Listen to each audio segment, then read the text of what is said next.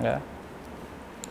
So, my name is Taha and I'm from India, and I'm a photographer based in New Delhi, India. I came to Taiwan for a 2-month artist in residence program with the Pier 2 Art Center, and this residency program was about an artist. I was from India, but there were several artists from other countries also, and we are called to Taiwan, to Kaohsiung, to stay here for 2 or 3 months and then develop a body of work. So I was here because I was selected for the year 2018. I came to Taiwan, and since I'm a photographer who works on projects related to social injustice, I started to find out topics in Taiwan which could be related to any sort of social injustice revolving around any particular community, or it could be political or and also environmental. We all know that we are facing an environmental crisis all over the world. So yeah, and also I'm a part of 7 Photo Agency's mentorship program.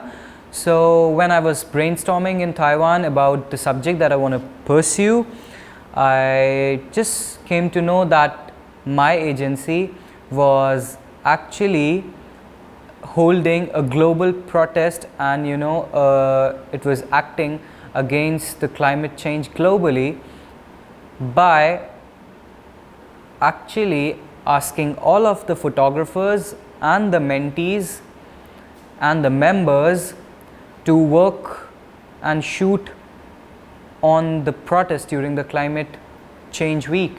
And also we were told to share some archive from our previous environmental works, and it was also in collaboration with National Geographic. So it was a very good part and thing for me that I started to search out for a project which revolves around climate change or environmental catastrophe that we all are facing in this world. And this is how I came to know about Dalimpu. So Dalimpu is a village in Kaohsiung which lies on the border of Pintung and Kaohsiung city, and this village has long been fighting with an environmental catastrophe. The government hasn't been useful to help the residents of the village, and there was a reallocation, they have to be relocated. So there was a relocation plan which was actually made, which was actually not, I would say, which was actually proposed by the government for the residents, but it's been almost 20 years. The residents of the village have not been yet relocated to another place, and also the air of the Dalimpu village is quite polluted. The cancer rates in the village is almost 5 times higher than the normal cancer rate. So when I went to this place, I started to look out for the places or the landfills which were previously polluted by the industries or are being polluted by the industries. It was more about the natural resources and the environmental catastrophe that these industries has led to a village which is now surrounded by industries from all sides.